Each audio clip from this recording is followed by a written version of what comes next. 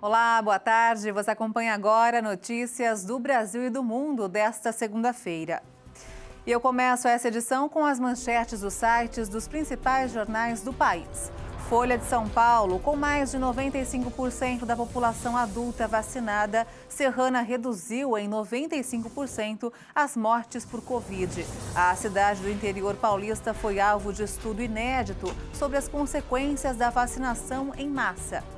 E agora o Estadão, Intel prevê que falta de chips no mundo ainda pode durar vários anos. Empresa diz que isolamento social gerou crescimento explosivo na demanda. E agora o valor econômico, o estrangeiro entra com 1 bilhão e 800 milhões de reais na B3 em um dia e eleva saldo no ano a 30 bilhões de reais.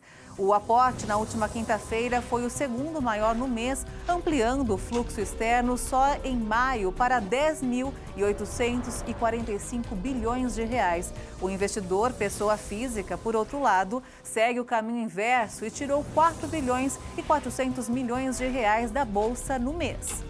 E por fim, o Globo. Estudo espanhol aponta que usar vacina da Pfizer após primeira dose da AstraZeneca é seguro e efetivo. A pesquisa foi realizada pelo Instituto de Saúde Carlos III, com base em 670 voluntários entre 18 e 59 anos, dos quais 1,7% relataram efeitos colaterais como dores e mal-estar. Como será que a economia brasileira foi afetada pela segunda onda do coronavírus? Os dados oficiais são esperados para terça-feira, mas os especialistas já fazem projeções. Os analistas consideram que a economia brasileira resistiu à segunda onda do coronavírus no primeiro trimestre, ignorando medidas de distanciamento social, apesar da lentidão da vacinação. Enquanto se aguardam os dados oficiais, que serão divulgados na terça-feira, os economistas ouvidos pelo jornal Valor Econômico projetam um aumento médio de 0,7% do Produto Interno Bruto em relação ao trimestre anterior e de 0,5% em relação ao mesmo período de 2020. O Instituto Brasileiro de Economia, da Fundação Getúlio Vargas, prevê um crescimento de 1,6% em relação ao trimestre anterior. Em março, a previsão era de uma retração de 0,5%. Segundo o órgão, a surpresa quanto ao desempenho da atividade neste início de ano reflete o fato de o processo de reabertura e o aumento da mobilidade terem sido bem mais rápidos do que o previsto. Mas a segunda onda do vírus foi muito mais letal do que a primeira. De janeiro a abril, o número de mortos pela Covid-19 saltou de 200 mil para 400 mil. Os epidemiologistas atribuem um novo aumento de casos a essa rápida reabertura da economia e temem uma terceira onda iminente. E os economistas descartam uma normalização real sem vacinação em massa. Mas a campanha de imunização é frequentemente atrasada devido à falta de suprimentos. Menos de 11% da população receberam a dose dupla do imunizante até agora. Apesar de tantas incertezas, os economistas estão revisando para cima suas projeções para 2021 após a retração de 4,1% do PIB em 2020. Desde meados de abril, o mercado aumentou sua projeção de 3,04% para 3,96%, de acordo com o boletim Focus do Banco Central.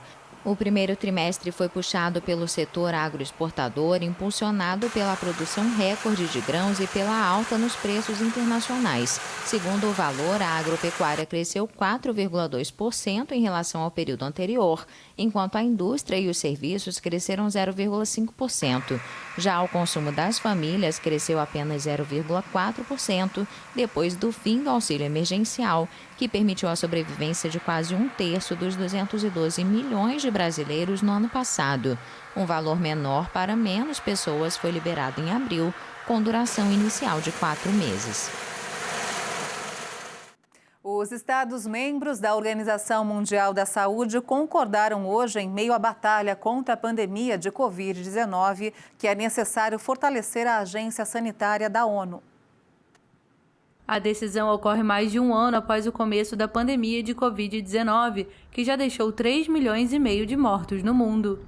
A resolução foi tomada em comissão antes de ser aprovada em plenário, no último dia da 74ª Assembleia Mundial da Saúde. A iniciativa foi descrita pelo diretor-geral da OMS, Tedros Adhanom Ghebreyesus, como uma das mais importantes da história da organização. Conforme destacado nos debates, o principal objetivo da reunião é fazer a reforma da agência e de sua capacidade de coordenar as respostas às crises sanitárias globais, assim como para prevenir futuras epidemias. No caso da pandemia de Covid-19, tanto a OMS quanto a comunidade internacional foram incapazes de prevê-la. No decorrer dos últimos dias, os membros tiveram acesso a vários relatórios de especialistas independentes. Estes documentos revelaram as falhas da OMS e também dos países ante a Covid-19 e solicitaram reformas profundas de seus sistemas de alerta e de prevenção. Um desses informes avaliou que a pandemia poderia ter sido evitada e que a OMS declarou tarde demais, apenas no final de janeiro de 2020, uma emergência sanitária de âmbito internacional, ou seja, o nível mais elevado de alerta. Com o título Fortalecimento da Preparação e da Resposta da OMS ante emergências sanitárias, a resolução aprovada nesta segunda-feira foi proposta em particular pelos Estados Unidos e pela União Europeia. A Conmebol anunciou hoje que o Brasil será a nova sede da Copa América 2021. A competição estava programada para ser organizada por Colômbia e Argentina. A competição vai ocorrer entre 13 de junho e 10 de julho, apesar de a pandemia não estar controlada e da expectativa de alguns especialistas sobre a possibilidade de uma terceira onda no país. A competição seria organizada originalmente por Colômbia e Argentina e é a primeira edição a ser realizada em 2 países de forma simultânea. Mas no domingo a Conmebol decidiu que o torneio não seria mais disputado na Argentina, devido ao aumento no número de casos de coronavírus para os quais o governo local exigiu o cumprimento de um protocolo sanitário muito rígido. Há 10 dias, a Confederação Sul-Americana também decidiu cancelar o evento na Colômbia por conta dos distúrbios políticos que levaram a protestos violentos, nos quais morreram dezenas de pessoas e também pelo crescimento da pandemia no país. No Brasil, a doença segue em alta e já matou mais de 462 mil pessoas e o país ocupa o 2º lugar no mundo com mais óbitos relacionados à Covid. A seleção brasileira está no mesmo grupo de Colômbia, Equador, Peru e Venezuela. E essa edição termina aqui. Você acompanha outras informações durante a nossa programação. Obrigada pela sua companhia. Tchau.